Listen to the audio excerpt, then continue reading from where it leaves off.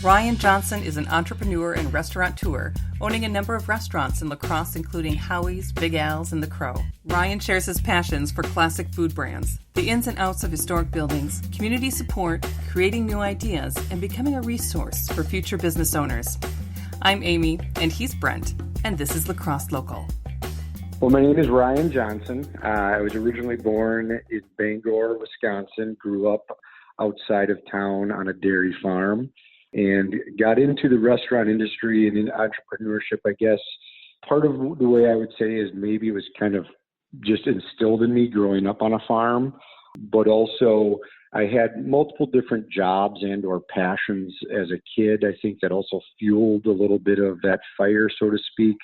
I worked at a racetrack for a family friend, and I ran a popcorn stand when I was like 10, 12 years old. So I had the ability of basically running the business by myself. I had to pop the popcorn, make change. I had to bag the popcorn up, sell it, whatever, clean up the place at the end of the night. So I think at a young age, I probably had some of that kind of into me.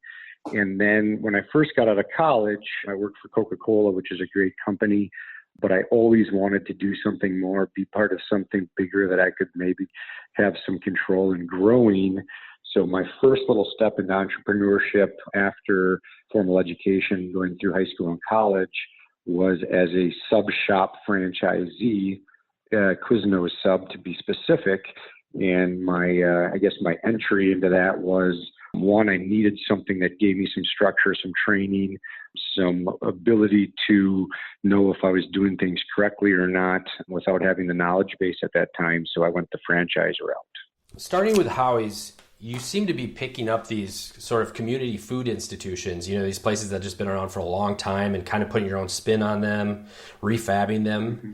Can you give some history into why you've chosen places like Howies and Big Als? Yeah, I guess there's probably two reasons maybe that are probably the biggest drivers in some of the stuff that I pursue or go after.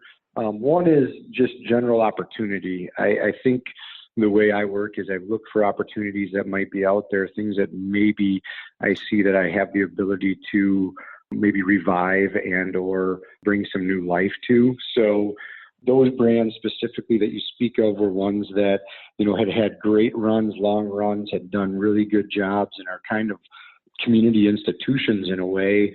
But I saw possibly could have, I could have a little bit of influence on improving and or bringing back to life, so to speak. We go in and we look at the opportunity and we say, what elements are in place that we think are good assets that are still strong, and what areas of the business and or property are liabilities and or areas of concern that could possibly be improved. And we look at it and say, hey, yes, we can put our touch on this and improve it. The other thing is I do have a little bit of a passion for just history and old buildings and old brands. It's just, I guess, something that's in me.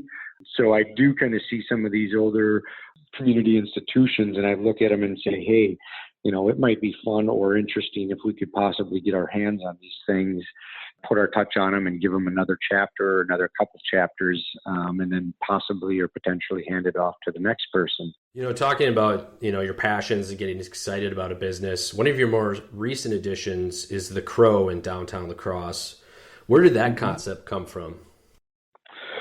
Well, to give you kind of a little bit of a background on it, we had got back into Howies and brought that brand kind of back to life, so to speak. And we had been in there a couple of years. And I had been watching that corner where Crow is currently located in downtown La Crosse for quite some time. And it was, again, going back to my last comment about seeing an opportunity and what might work. I had always had that one on my, plate, so to speak, as a blank canvas that had some sort of opportunity. And I just wanted to figure out what it might be. And I looked at that location on multiple occasions. And I had an idea for it, and it was not The Crow. It was a different idea. And I sat down with my operating business partner, and I told him what my idea was. I kind of painted the picture, and we started working towards that vision. And about a month or two into us kind of putting the business plan together and discussing the idea over and over and continuously developing it into what actually we were going to do, I just had a little bit of an empty feeling in my gut. It just, something wasn't quite right. So I actually called him up one night and I said, hey, I got a different idea. And it was actually a different concept, which is the crow. And over the course of about a half hour to an hour, I painted the picture. I told him what my thoughts were. I went through the idea of what it was. We both agreed that that type of, I guess, model was more that we wanted to go after instead of the other one. Through the course of that conversation, that's actually where the name came from as well. You commented on this before, thinking about the challenges and maybe the positives of each one of these brands. I know personally, I love going to Big Al's now that you have a patio out front or out on the side, and it's a great view to see the antique store and people walking by. It's something I do on a almost weekly basis. Is there any unique challenges and rewards of working in these historic buildings? Oh, certainly, without a doubt.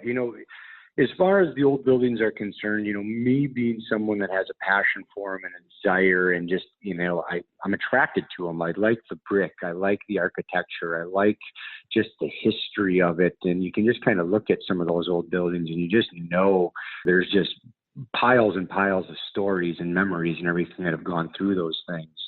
They're beautiful buildings, but also when you get into an old building, especially one that probably has been a little bit of neglected, if that's the right term, or has seen, maybe years, if not decades of deferred maintenance, you end up uncovering a variety of things that could potentially become headaches and financial burdens. But that has yet to deter me from my actual passion for those buildings. But to answer your question, without a doubt, there are many unique challenges that come along with trying to update and or rehab an old building. A lot of times, code issues become major ones at the top of the list. In ADA and all that stuff, challenges present themselves in those regards. Just the general rehabbing becomes very expensive because of what you're working with. But I've yet to get to the point where working on an old building has been such a problem that it deters me from doing it again. The passion's still there, but it definitely brings up some unique issues, headaches, problems. Old buildings hold many secrets, and as you dig into them, you start to uncover some of them. Your businesses also seem to have a community fundraising component to it, even if it's from Howies or Big Als or the Crow or the other ones. Why do you feel that's important?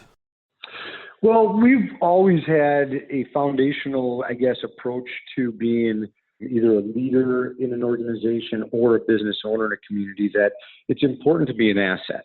A lot of times we look at, as business owners, our financial balance sheets as assets and liabilities. It's a very simple approach. You can either be an asset or a liability.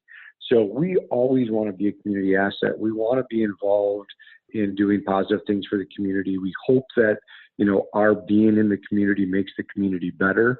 So anytime that we can be involved with something, our general answer is yes. But also we want to have a foundational approach to, being a part of the community, being a neighbor, being a business in the community. We try to think of other ways that, hey, how can we not only continue to be an asset to the community, but what are new ways that we can be an asset to the community? So, one of the newest ones that we've introduced is an example at Big Al's is February for Friends. So that's just a general promotion that we do through the month of February. But what we wanted to do is say, hey, what can we do just to give back? And for that month, devote a certain portion to all of our pizza sales to certain organizations or institutions that are, making our community better as well. So what's next for you in your business? Well, the one thing that we want to continue to do is we want to continue to grow the brands that we have. We want to continue to employ great people and put them on to hopefully better areas of their lives with things that they've learned through us as they move through our organizations. I think we are always out there looking for new opportunities and seeing what might be the next thing that we could possibly get involved with.